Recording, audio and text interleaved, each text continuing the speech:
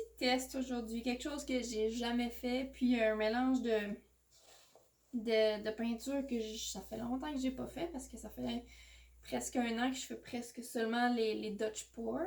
Ceux-là avec le sèche-cheveux, le séchoir à cheveux comme ça.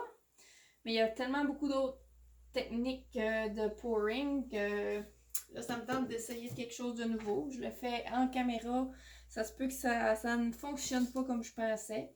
Donc, j'ai déjà mélangé les couleurs dans mes pots là, avec mon Floetrol.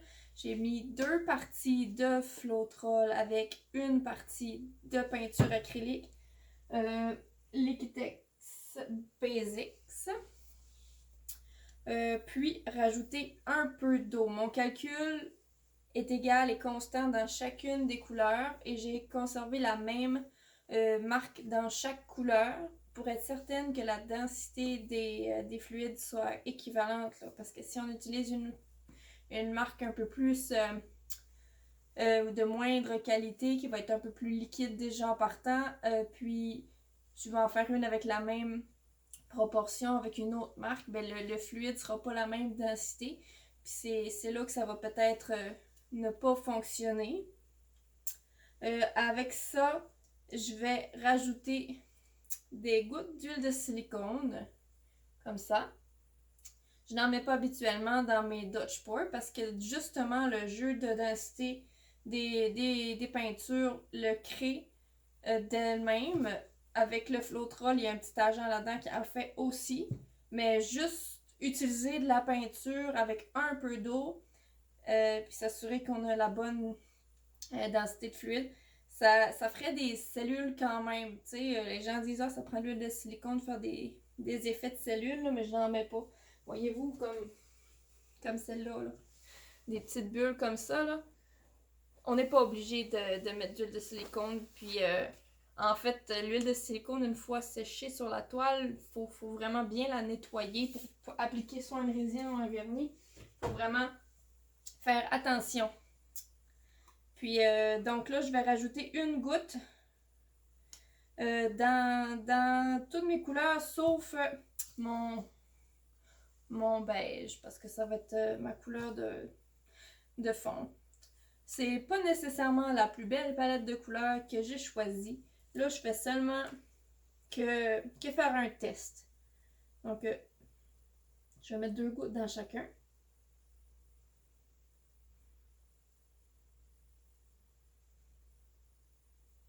Puis là, on va bien mélanger.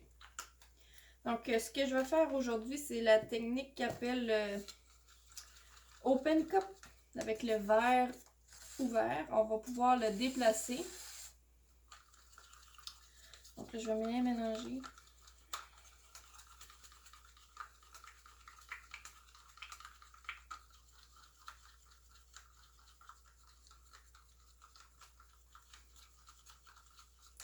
Là, c'est une toile de Dollarama. Je ne l'ai pas apprêtée en arrière. J'ai pas mis de ruban masqué.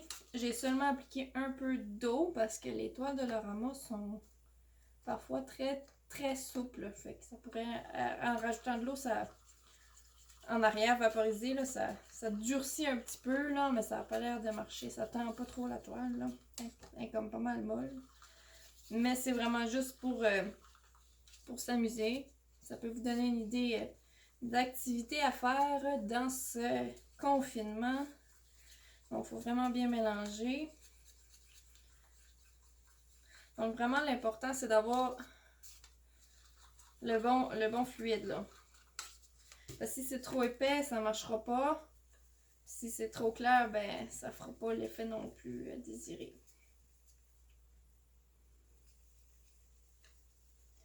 Juste pour me donner une chance de ne pas manquer de peinture, je vais mettre un peu du blanc que je mets d'habitude dans le fond de mes Dutch Pour. Là, c'est pas la même équation que j'ai utilisée pour celle-là, mais presque, là, tu sais, presque. Je vais seulement juste, pour me donner un petit coup de main, juste mettre juste un petit peu.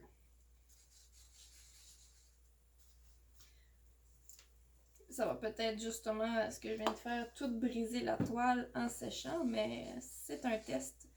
Je vais voir si ça fonctionne. Donc, je vais faire la même chose. Je vais juste l'étendre un peu. Puis je vais faire la même chose avec le beige. Bon.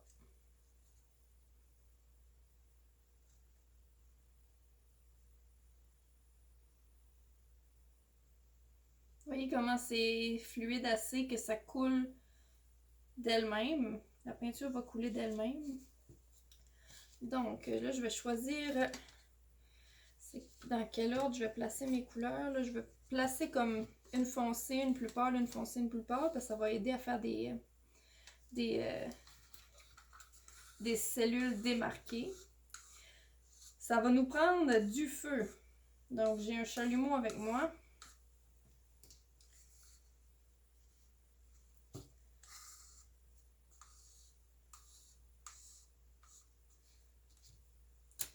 Et là, j'espère ne pas manquer de peinture pour remplir toute la toile.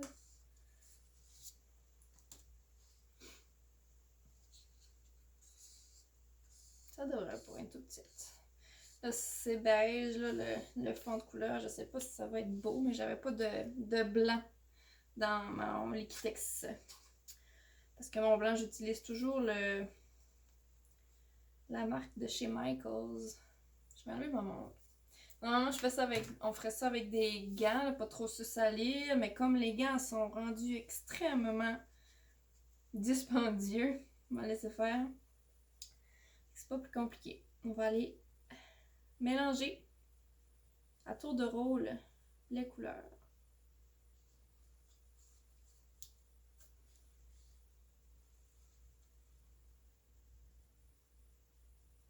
Faire des couches. Ça va créer comme une petite tour. Donc la peinture est capable de s'échapper par en dessous. Voyez-vous, le mauve commence déjà à sortir. Avant de faire ça, je vais passer un petit peu de feu pour enlever les bulles avant même de faire des cellules. Parce que le feu, dans ce cas-ci, va aller alimenter l'huile à faire des cellules. Je peux pas de... Je vais prendre le verre. On continue.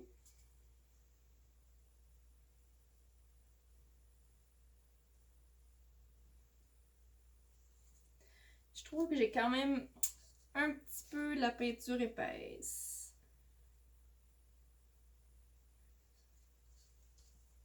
On va aller donner un petit coup de main. Voilà. Je vais remettre du beige parce que j'en ai beaucoup. Ça va aider.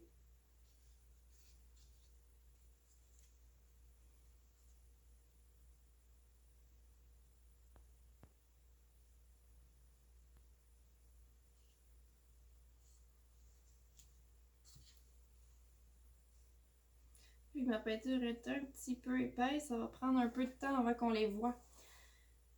Je crois.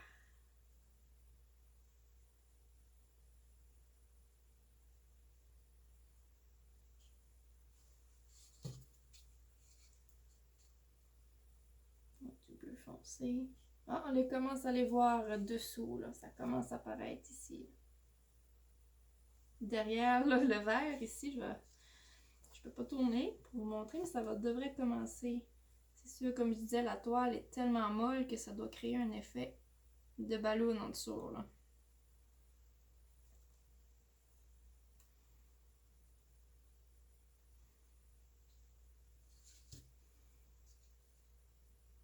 C'est vraiment comme cool à regarder. Peut-être que ça fera rien de vraiment beau, mais c'est le fun à faire.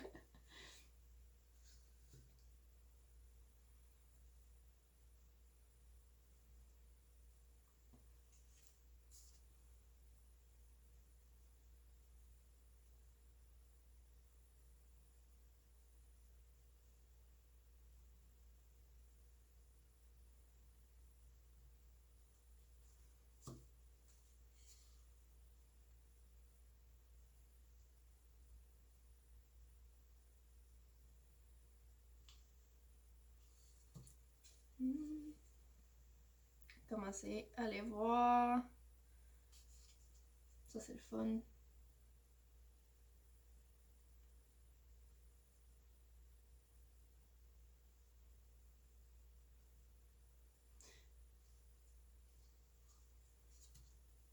Je dis que la peinture est quand même pas trop épaisse parce qu'on voit les gouttes quand même. Si la peinture serait plus épaisse, ça empêcherait la formation de belles cellules comme ça. Je dis qu'on n'est pas si pire, pas si pire.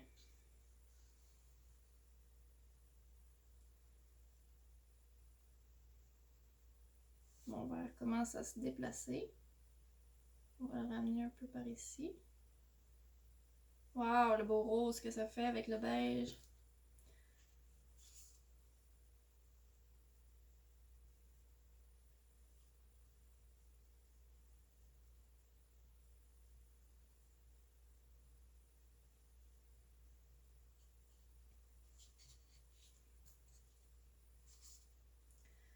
Je sais pas jusqu'à quelle limite je dois m'arrêter d'en ajouter. Là, c'est pas quelque chose que j'ai essayé souvent. Là, je sais qu'il y a beaucoup trop de peinture, qu'on va en perdre beaucoup sur les côtés.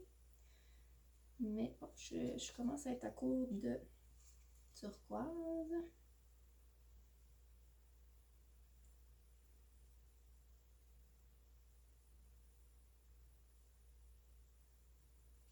Bleu aussi, ça s'en vient sur le fond, le bleu foncé. Essayer de les étager un petit peu différents pour que les mélanges ça soit un peu différent. Je vais ramener ça au centre.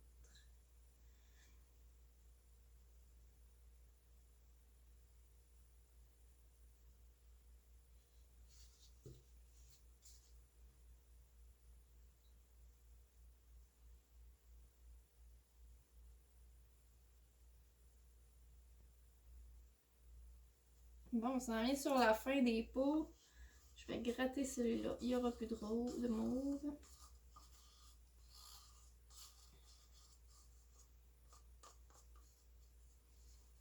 Bon, ça c'est fini. On va gratter le fond.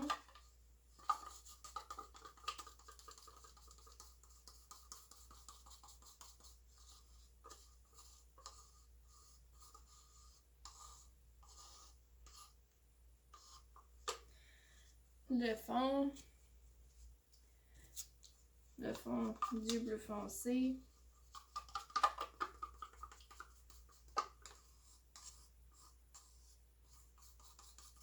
Moi, j'ai pas envie de passer le chalumeau avant d'avoir étendu la peinture parce qu'en étendant la peinture, ça va grossir beaucoup, beaucoup toutes les taches. Donc, je vais attendre d'avoir basculé la toile comme il faut. Bon, ça fait beaucoup de bleu pour la finale.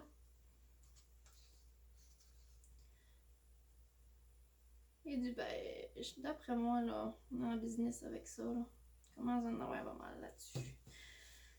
Bon, là, je vais déplacer. Il va falloir enlever le verre. Il ne faut pas que ça fasse un gros spot. Là, on va laisser ça aller un petit peu. Parce qu'il y a encore du mouvement là-dedans. Il y a épais de peinture.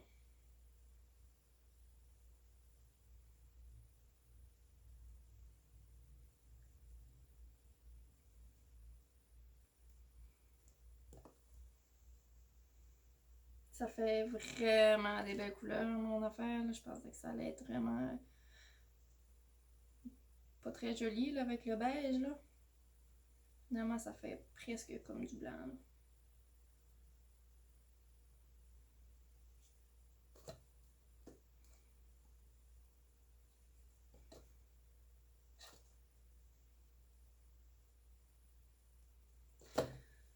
On va se donner une petite chance, comme tout à l'heure. On va mettre du blanc un peu. Ça va aider la peinture à juste glisser par-dessus.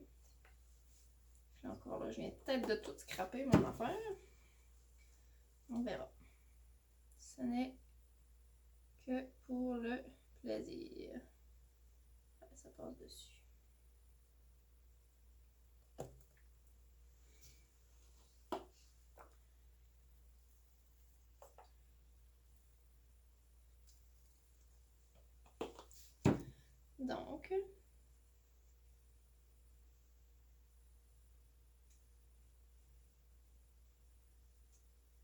On va terminer de... On n'a plus de verre là-dessus. C'est là qu'on se salit. Vous voyez les couleurs, finalement, ça fait vraiment un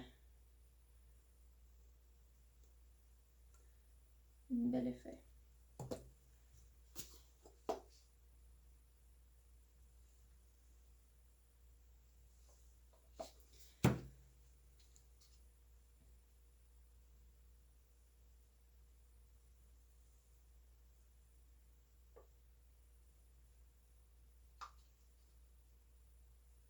Ça, c'est vraiment pas pour côté esthétique, là, c'est vraiment pour que la peinture puisse glisser facilement de tous les côtés. Ça va probablement juste tomber ce que je viens d'appliquer, là. Donc, le fameux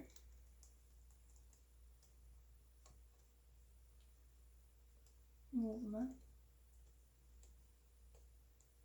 Il y a beaucoup de liquide là-dessus. On va aller doucement. Laisser le temps de bien bouger. Waouh, waouh, waouh, waouh, waouh. J'ai jamais été comme grande amoureuse de ces peintures-là parce que je les réussissais jamais. J'ai appris des plus un peu. Et puis,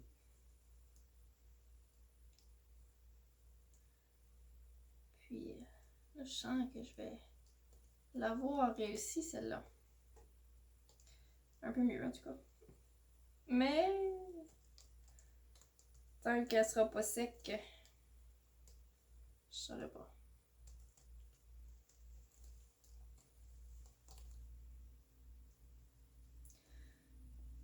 On va replacer le spiral un peu dans le centre.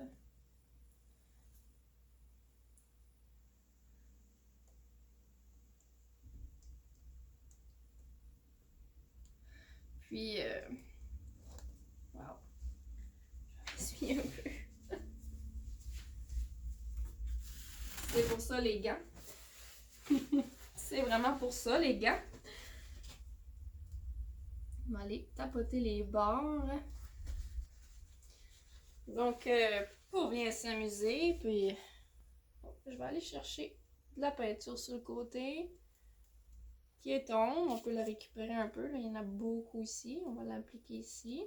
La peinture va continuer de passer sur le côté, ça c'est clair.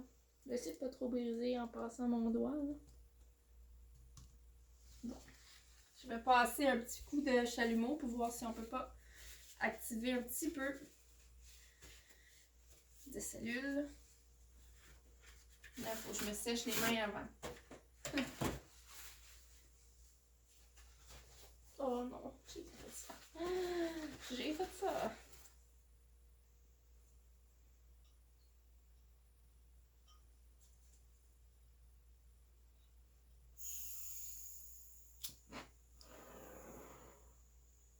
Pas besoin d'être super, super proche pour faire ça.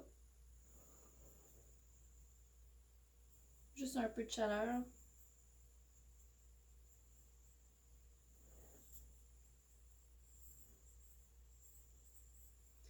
Pour l'instant, ça fait juste éclater les bulles parce que d'après moi, les cellules sont presque toutes sorties. Ici, ça en fait un petit peu. Là.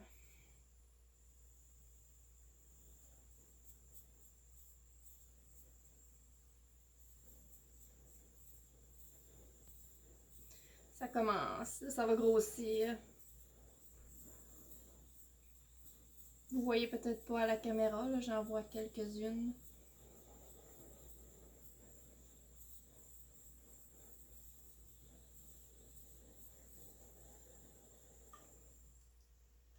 Donc, je vais vous montrer ça de plus près. Ça a l'air d'une petite galaxie. Puis là, s'il y a des cellules, ils vont continuer de grandir dans quelques minutes.